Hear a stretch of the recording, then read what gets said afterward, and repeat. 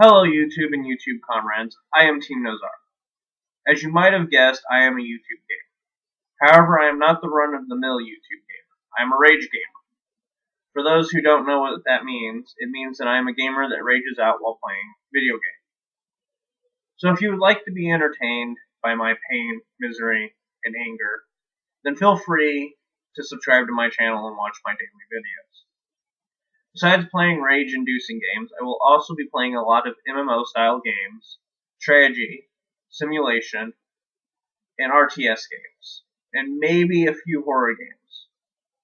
Most of the games I will be playing, however, will be indie games, and maybe a few big-name games if the company's policies allow me to post.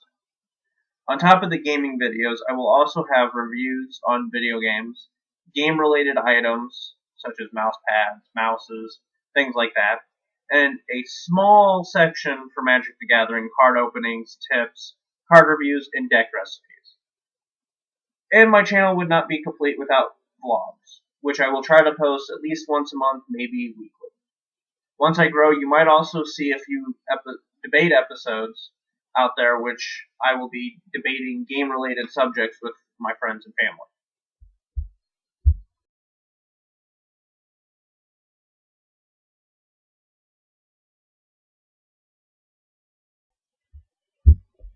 Temno is Russian for dark, while Tsar is Russian for king, which I found both of those translations on Google Translator, so don't shoot the messenger, blame Google. But when you add both of those together, it makes Dark King. Now, the reason why I picked Russian was because I love Russia. When I do my RTS games, if I can play as Russia, you'll see me playing Russia, or the Soviet Union. I'm really big on Soviet history, so that's the reason why I picked Russian and not any other language. However, the reason why I picked Dark King, or TemnoTsar, is for two reasons. The first reason is that my original tag, Hellkaiser J, was more related to Yu-Gi-Oh! For all you Yu-Gi-Oh! Fans out there, I was a huge fan of Zane Truesdale, also known as Hellkaiser Rhea, in Japan. However, I don't play a lot of Yu-Gi-Oh! Anymore, and it felt right to kind of move away from that gamer tag and go more towards a future name that I could use. The second reason that I picked TemnoTsar was when I first started the channel, I was kind of in a dark place in my life. I just got fired from my job at Dollar General and was unemployed. I was kind of depressed. Well, not really kind of. I was depressed because I just lost my job, and I was highly stressed out because I was afraid that I might not be able to keep my apartment. I was afraid that because, losing the apartment, I thought maybe my wife would leave me. And just all this negative stuff was going on at the time. But instead of dreading it and letting that negativity build up, I decided that I would create something positive from all that negative. And thus, TemnoTsar was born.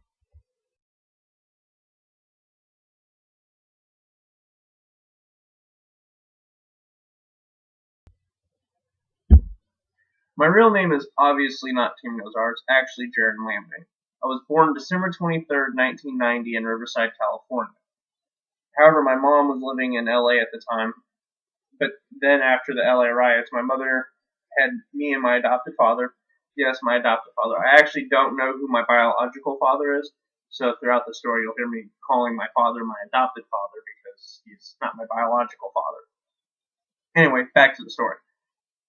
My adopted father and his family, which was his mother, his father, and his two sisters, to Oklahoma City, Oklahoma, to be closer to her family. However, then in 1993, while my adopted father was at work, or so the story goes, my mother moved me and her to Hermann, Missouri. That way she was with her family, because her family lives in Missouri. My adopted father, however, followed, leaving behind his parents and his sisters in Oklahoma City. From then on, though, my mother battled with drug addiction, and that eventually pulled her from Hermann, Missouri, all the way down to Joplin, Missouri. And that left me in Hermann with my adopted father and my grandmother who had custody of me. Then, in 2001, I was actually sent to live with my mother in Joplin, Missouri. My grandmother gave her custody back to my mother.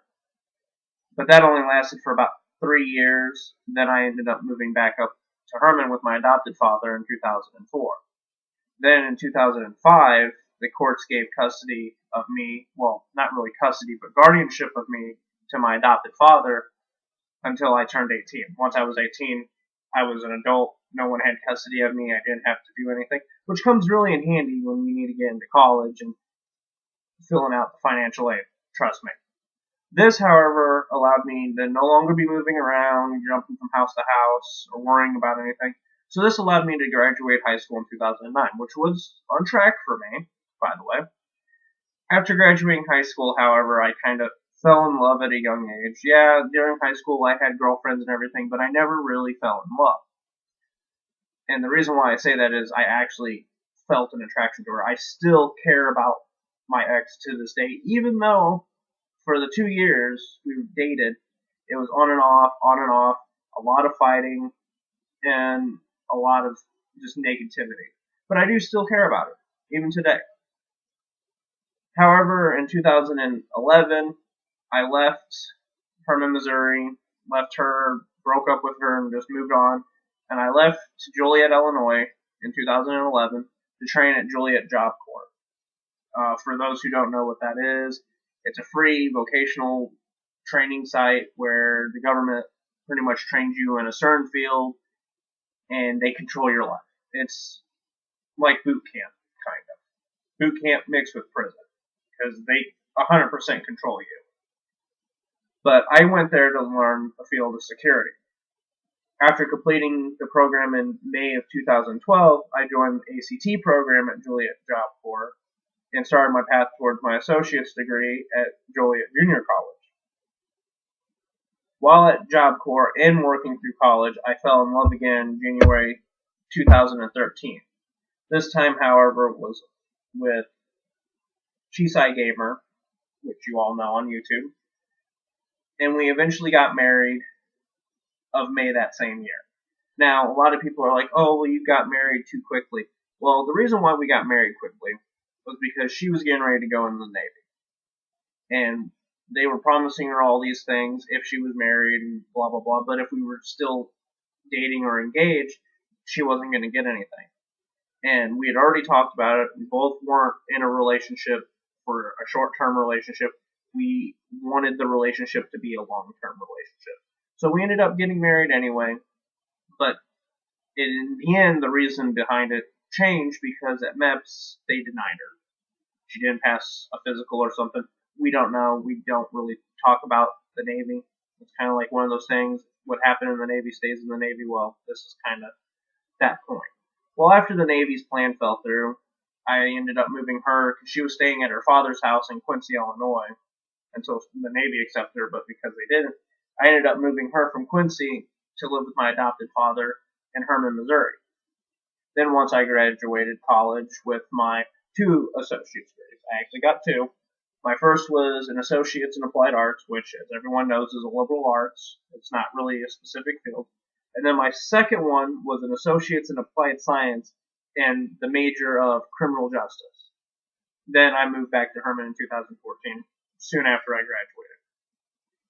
Once I was home, I quickly found a job. I mean, it took me like a week to find, not even a week, I think 3 days, and I found a job. I quickly started working.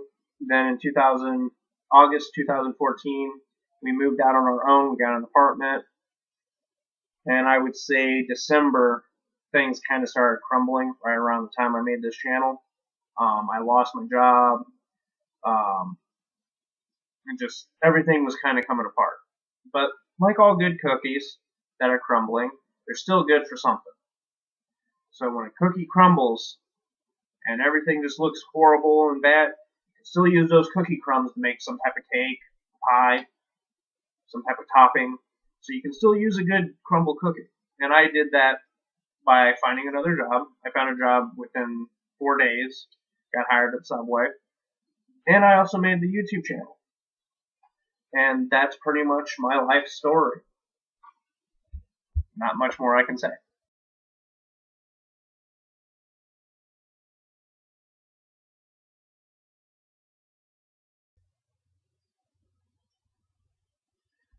So besides playing video games and being on YouTube, I do have other hobbies. My first hobby is I do like playing trading card games. I play Yu-Gi-Oh a little bit. I play Magic the Gathering, and I also play. There's a Resident Evil card game. I don't know if any of you are familiar with it, but I play that as well. Besides playing card games and playing video games, I am also an avid writer. I like to write. Um, not really good on editing per se. That's more my wife's thing, but I do like to write, and I do have a few fan fictions floating around there, and I am also working on a novel. I don't know what it's about yet.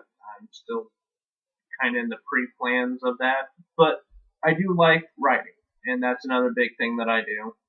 But other than that, that's pretty much all my hobbies. I don't have a lot of hobbies. Video games, trading card games, and writing. That's pretty much the basics of my hobbies.